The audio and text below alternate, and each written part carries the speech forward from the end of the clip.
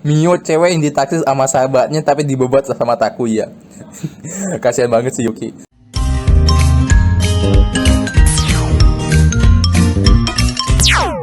Orang lain menganggap kalau anime ini anime NTL. Jujur, ini lebih parah lagi. Halo semua, nama gue Mimin Subaru. Hari ini gue mau ngebahas anime Konoyona Honohate dari sisi pembaca PN remake-nya. Gue bisa katakan kalau NTL di sini gak parah sih. Yang parah itu kenyataan MC yang membuat tiap cewek sampai ibu dan anaknya sendiri. Dengan kata lain, ini lebih ke genre harem. Jadi langsung aja. Anime ini merupakan adaptasi dari visual novel tahun 1996 yang sudah tentu gambarannya masih belum sebagus visual novel zaman sekarang. Meski begitu, porsi dan bobot cerita di PN ini benar-benar berat banget. Titik fokus pondasi cerita ini adalah tentang suatu teori universal paralel. Kita tidak bisa mengubah sejarah, tetapi aliran waktunya bisa diubah. Meski jumlah episode anime ini ada 26 episode, tapi banyak sekali hal yang dipotong demi mempercepat alur ceritanya. Bayangin aja PN yang gue butuh waktu 94 jam tamatin harus dilingkas ke dalam 26 episode. Ya kurang lah. Jadi langsung aja. Di episode pertama tidak banyak hal yang berubah di PN-nya. BGM-nya juga sama dengan di PN-nya dan CG pertama pun juga ada di sini. Ya gue percepat aja. Di episode pertama, Takuya mendapatkan alat reflektor dengan 7 batu yang sudah terpasang. Di PN, jumlah batunya cuma ada 4. Tentu saja sudah jelas alasannya untuk mempercepat jalan cerita. Loncat langsung ke episode kedua. Ruangan kerja Bapak Takuya masih berisi dengan buku dan berbagai hasil teorinya. Tapi di PN, ruangan kerja itu kosong karena sudah diambil oleh Ryu Joji. Lagi-lagi, ini untuk mempersingkat cerita. Lalu ada berbagai scan yang harusnya ada di rute tertentu, tapi malah dimasukkan begitu saja dalam satu episode. Scan Mio yang mencuri karena harusnya di rute Kana. Scan Mio yang melempar balik perkataan Toyotomi harusnya di rute Mio saja. Setelah itu ada scan Christian milik Ayumi, yaitu ketika Ayumi dipalak oleh para gangster. Di PN sebenarnya ada tahapan sebelum scan ini, tapi semuanya dilempati saja. Dari scan Ayumi menghilangkan halaman 20 yang penting, lalu scan Takuya yang mendengarkan pembicaraan rahasia Toyotomi, dan tidak ada adegan di mana Takuya mengulang waktu demi menyelamatkan Ayumi dari para gangster. Loncat ke episode kelima, diperlihatkan Ayumi yang terus bunuh diri dengan berbagai cara, dari tertabrak, tenggelam, terjatuh, terbakar, dan lain-lain. Di PN semuanya tidak ada. Tepat setelah Ayumi mati, Takuya kembali ke masa lalu dan membuat sebuah jalur baru di mana ia melakukan pertukaran dengan Kaori. Takuya memberikan halaman 20 dokumen penting yang dihilangkan Ayumi demi foto bukti Toyotomi adalah orang jahat. Tentu aja semuanya berakhir dengan damai. Baik di anime maupun di PN, pada akhirnya Ayumi terjadi bunuh.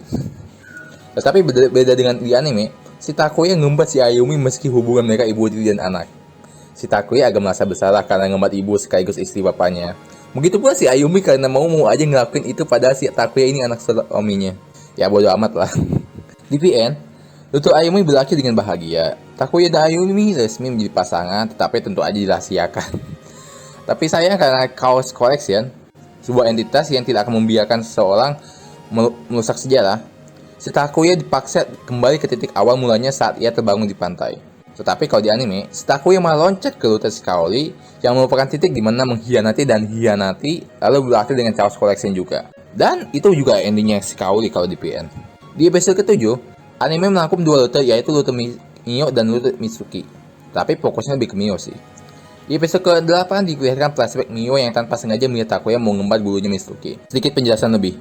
Jauh sebelum hal ini terjadi, Takuya dan si Mitsuki itu sepasang kekasih dan tentu saja sudah sering ngembat-ngembatan. Di anime mungkin gak dijelasin, tapi gue jelasin deh. Mitsuki jatuh cinta sama si Takuya karena si Takuya pernah menolong Mitsuki dari mantan pacarnya yang udah hianati kepercayaannya. Dari sana Mitsuki jatuh cinta dan ngajak Takuya buat net-not di rumahnya, lalu jadilah kekasih. Ya kembali ke cerita. Karena Mio punya perasaan cinta sama si Takuya, jadi udah jelas dong kalau si Takuya lagi ngembat bareng Mitsuki, si Mio langsung marah besar. Tapi saat ini sih si Takuya dan si Mitsuki udah pisah sih. Mereka mutusin buat pisah karena faktor umur dan juga mereka net-not cuma supaya muasin masing-masing hawa nafsu. Ada-ada aja. Pada episode ke-10, saat Yuki dan Takuya masuk ke gua, ada perubahan. Di anime, Yuki mati karena lari secara gegabah dan masuk ke perangkap. Tetapi jika di PN, saat Takuya masuk melewati pintu batu itu tiba-tiba memisahkan Takuya dan Yuki, dan saat itu Yuki terkena perangkap dan mati. Masih di episode ke-10, ketika Mio meminta enak-enak dengan Takuya, Takuya mencium keningnya dan tidak melakukan enak-enak. Tapi beda di PN, si Takuya ngembat si Mio. Di episode ke-11, Takuya memberitahu tentang alat reflektor pada Mio. Tetapi di PN, Takuya sama sekali tidak memberitahunya. Di anime, Takuya mendapatkan pedang begitu mendapatkan jalan keluar bersama Mio.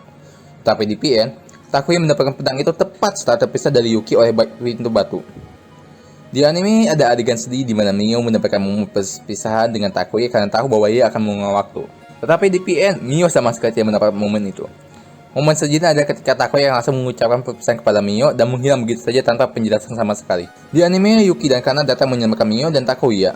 Di PN, Yuki sama sekali tidak ada di sana. Di episode 15, ada adegan tambahan yang sama sekali tidak di PN, yaitu liburan di pantai yang diakhiri jatuhnya karena sakit. Di PN, karena terjatuh karena berusaha menghentikan penggalian perusahaan geoteknologi, lalu Takuya membawanya ke klinik sekolah.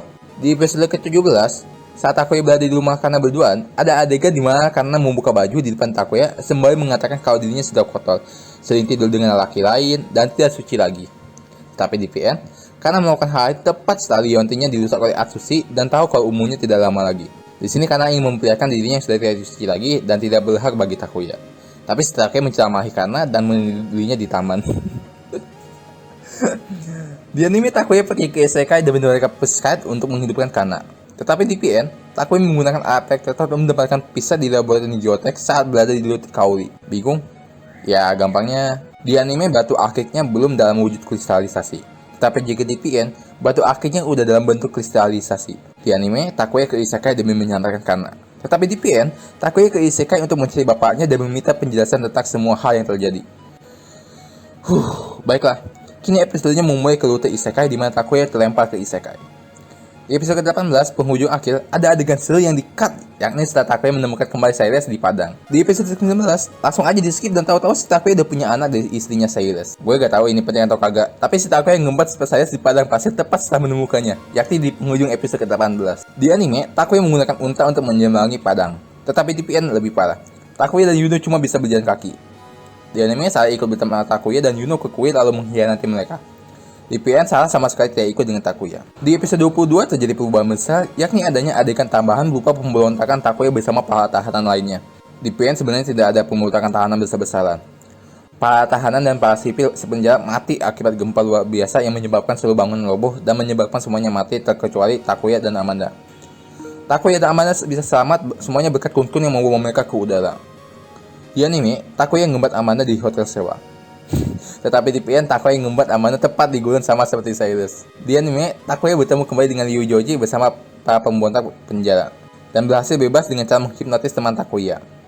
Tapi di PN, Takuya bertemu kembali dengan Ryu Joji selang diri saja. Ryu Joji bisa bebas karena Takuya sendiri yang membebaskan dengan saat memberinya informasi.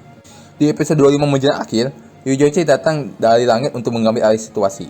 Tetapi di PN, Ryu Joji bergerak secara sembunyi-sembunyi lalu menculik Ayumi. Ya ujung-ujungnya sih sama-sama aja sih. Amanda terlempar ke bumi dan melahirkan Kana di sana. Ryu Joji mati berkat senjata Eriko. Dan Takuya berhasil kembali ke tempat di mana ia semuanya berawal. Tapi kali ini ia tahu bahwa wanita asing itu adalah anaknya sendiri, Yuno.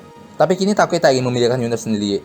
Takuya memeluk Yuno supaya bisa ikut masuk ke dimensi waktu, di mana semuanya berawal dan semuanya berakhir. Tamat. BTW tambahan untuk episode opanya.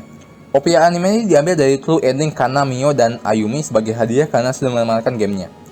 Untuk Kana tidak ada perbedaan signifikan, dan untuk Mio, di anime mereka mengakhiri dengan Takuya mencium pipi Mio. Terlihat pula mereka mengenakan seragam arkeologi yang menandakan bahwa kini mereka bekerja untuk meneliti runtuhan di Tanjung Pantai. Tapi di PN, terlihat Takuya dan Mio mandi bareng dan ngobrolin hal mesum.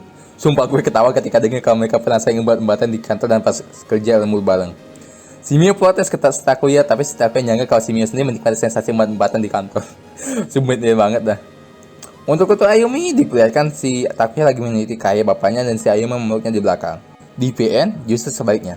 Si Ayumi lagi masak, lalu si Takuya yang baru pulang dari kerjaan kantor, memeluk si Ayumi dari belakang. Lalu ternyata ada momen yang tidak di PN, yakni saat Takuya mengakhiri roh jahat yang akan memasuki Ryu Joji untuk memberikan ending terbaik bagi Eriko dan Mitsuki. Si Eriko mendapatkan pacarnya kembali, dan si Mitsuki bisa bahagia bersama Ryu Joji yang tidak kerasukan setan.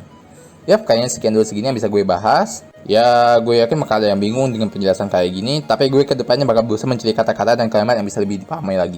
Kesimpulannya, ini PN punya cerita yang berat banget, dan kalian harus tahu kalau cerita ini dibuat di tahun 1900-an. Begitu tahu kalau cerita ini dibuat di tahun segitu, gue jadi masa kagum deh sama para penulis zaman dulu. Bisa banget gitu imajinasinya sampai ke sini. Bayangin, butuh berapa kelas usaha mereka nyiptain cerita serumit ini. Apalagi setelah gue tahu kenyataan kalau ini cerita bukan soal NTL, melainkan halam yang berkepanjangan. Takuya banyak ngembat cewek loh di cerita ini. Pertama, si Mitsuki gurunya sendiri. Kedua, ibu tiri sekaligus istri bapak kandungnya. Ketiga, Kaori si agen yang berketok wartawan. Keempat, Mio cewek yang ditaksir sama sahabatnya tapi dibebat sama Takuya. Kasihan banget si Yuki. Kelima, Silas istrinya Takuya di isekai. Keenam, Yuno anak istrinya si Silas alias anak kandungnya Takuya sendiri. Ketujuh, Amanda, tahanan yang bareng sama Takuya lalu jatuh cinta sama Takuya dan minta jatah.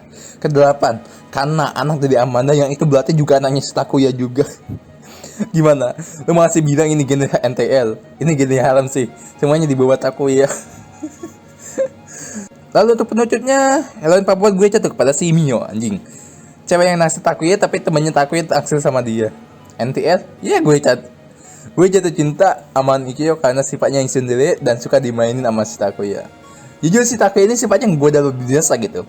Apalagi digabungkan dengan sikap Mio yang serius dan terkadang bisa kekanak-kanakan. Sumpah, gue sedih ngeliat seberapa besarnya cintanya sama si Takuya. Mau momen si Mio sekarat, mau momen si Mio iri sama si Mitsuki sensei. Sama sifatnya yang gak mau ninggalin Takuya, aduh. Tapi sayang semuanya diakhiri dengan perpisahan tanpa kalimat dari Takuya. Sumpah gue nangis kalau di posisi Mio. Si Takuya tiba-tiba ngilang tanpa kejelasan. Pasal jadinya memang beda sih di anime. Di anime kan si Takuya memberitahu si Mio soal dunia paralel dan akhirnya si Mio melahirkan Takuya. Berpisah tanpa kalimat dan berpisah dengan kalimat. Menurut gue sih berpisah tanpa kalimat itu lebih sakit sih. Yap, daripada kepanjangan videonya kita akhiri saja sampai sini. Bagi yang ingin nonton anime silahkan saja karena ujung-ujungnya tetap sama. Tapi kalau yang ingin lebih merasakan lebih ceritanya silahkan baca PN versi remake-nya. Biar gak sakit mata kalau baca PN versi originalnya. Tapi ya ada adegan itunya sih. Ya gue gak bisa maksa sih karena jujur PN ini lebih butuh banyak waktu buat memanfaatkan dan terkadang lu harus memecahkan misterinya. Apalagi sumpah, lu terkadang bakal merasa malas saat titik mana yang harus dimana dipencet dan semacamnya. Ya sekian aja sih. Terima kasih ya udah nonton dan mungkin ini videonya agak beda sih tapi ya gue juga bingung nih cara ngeditnya kayak gimana. Ya, terima kasih udah nonton. Sampai jumpa.